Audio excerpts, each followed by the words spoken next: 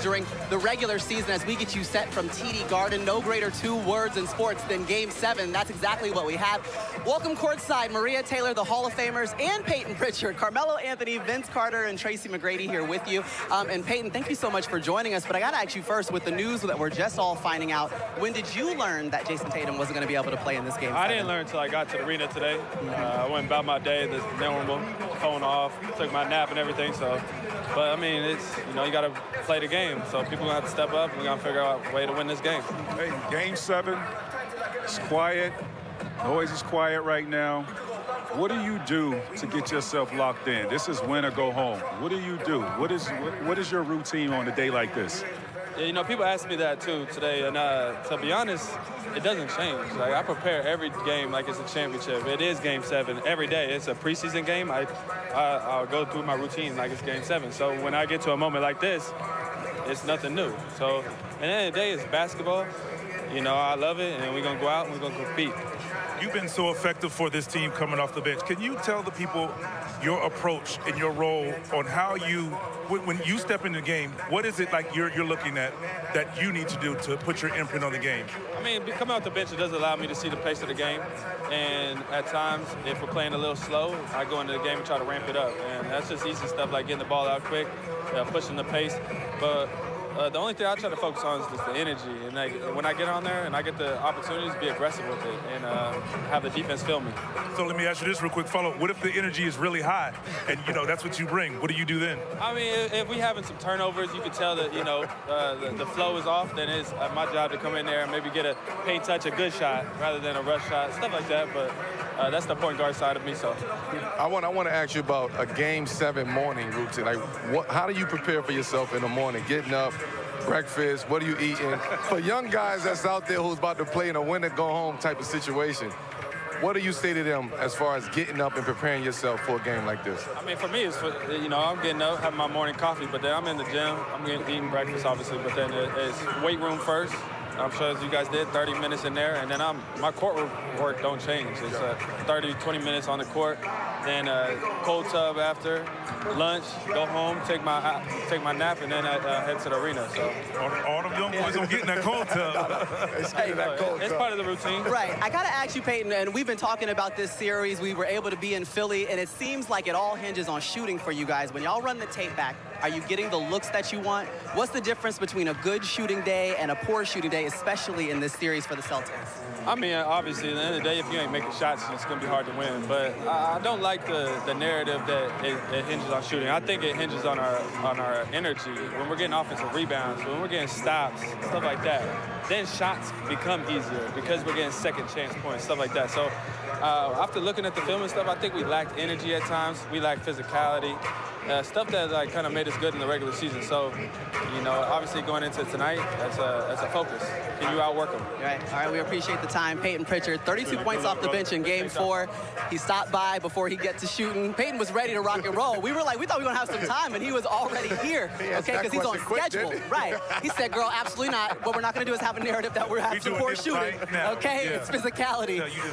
Let me ask you, do we agree with that, with what Peyton's saying, that it's hinging on energy for them, offensive boards? That's what the Celtics should be focused on here? Sure, you're gonna miss and make shots, right? But I think it's the energy is what infectious to your team, right? Everybody feeds off of that. You get those offensive rebounds, kicking it out for those wide open shots, and that gets your team going. It gets the energy in this building going, and you feed off of that type of energy. I think it's not seeing the ball go in sometimes tends, you know, this is I mean, they're predicated defensively, but when you're not seeing the ball go in, that kind of kills your motivation and your morale sometimes. So yes, I understand what he's saying, but as a team, if you're been practicing all season to shoot, and it's not going in, sometimes you don't know where to go from there. Absolutely. The energy comes from them making shots. If they making threes, right? If they making threes, then their energy is a lot different. But also early in the season, I agree with him 1,000% because they were energetic. They were coming out and attacking you defensively. They were offensive rebound. They was diving on the floor. The ball was, you know, creating energy. So when you're not getting that type of energy, you're not going to make those same shots that you was making early on in the season. So I do agree with Peyton saying that his energy and the threes, they got you're a live by, die by team, so you can't get around that.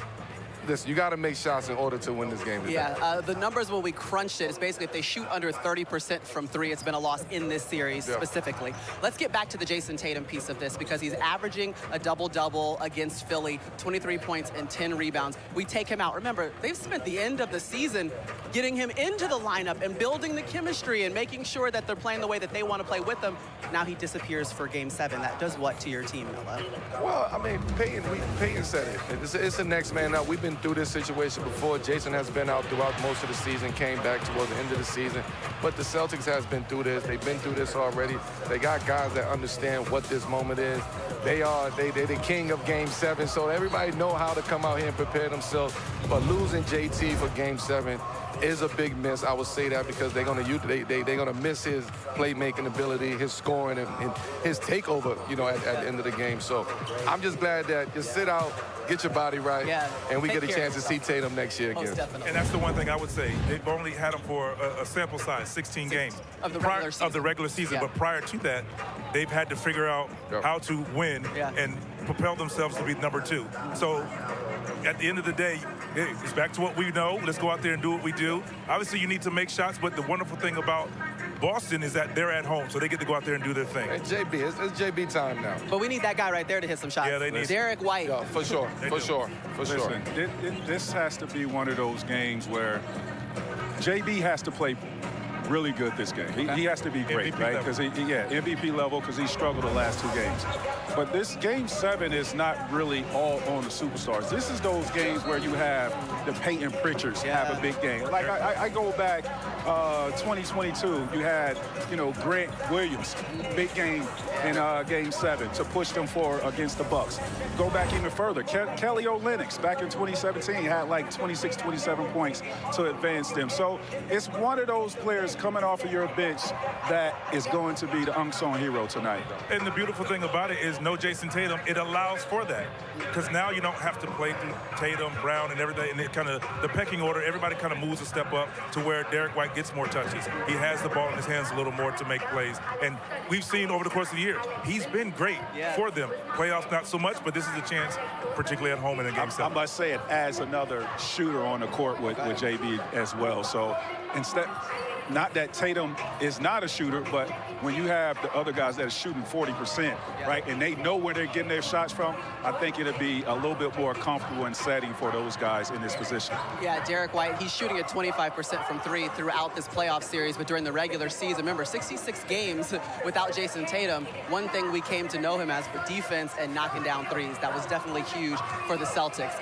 Okay, let's get into the 76ers side of this. You get to the arena. Now we just find out there's no Tatum, okay? Whatever the plan was defensively, it changes a little bit. No? No, not Philly. Nothing changes in your mind. You just found out one of the all-star T-Mac. Nothing changes. I think it does, and I think it does from this standpoint. It's scarier. This allows Paul George to just focus on Jaylen Brown now, right? This allows guys to just focus up on their matchup, whereas PG had to really think about Tatum and JB. I had to go back and forth. Now it's me and you, JB. I'm gonna try to cut this water off Joel, right? Now this opens it up at the rim for Joel because that's one less body out there. Jayson Tatum, a very good defensive player. Joel is at the rim tonight. He should be at the rim tonight. Maxey, right? Yeah. That's one less defensive player from Boston who could switch off on him and continue to get into the basket. So I think it do change a lot of things for the Philadelphia Sixers. And they when they walked into the arena today, they was walking slow. Then they heard that news and they picked the pep in their steps. So I think Philly is feeling good about coming into Game 7.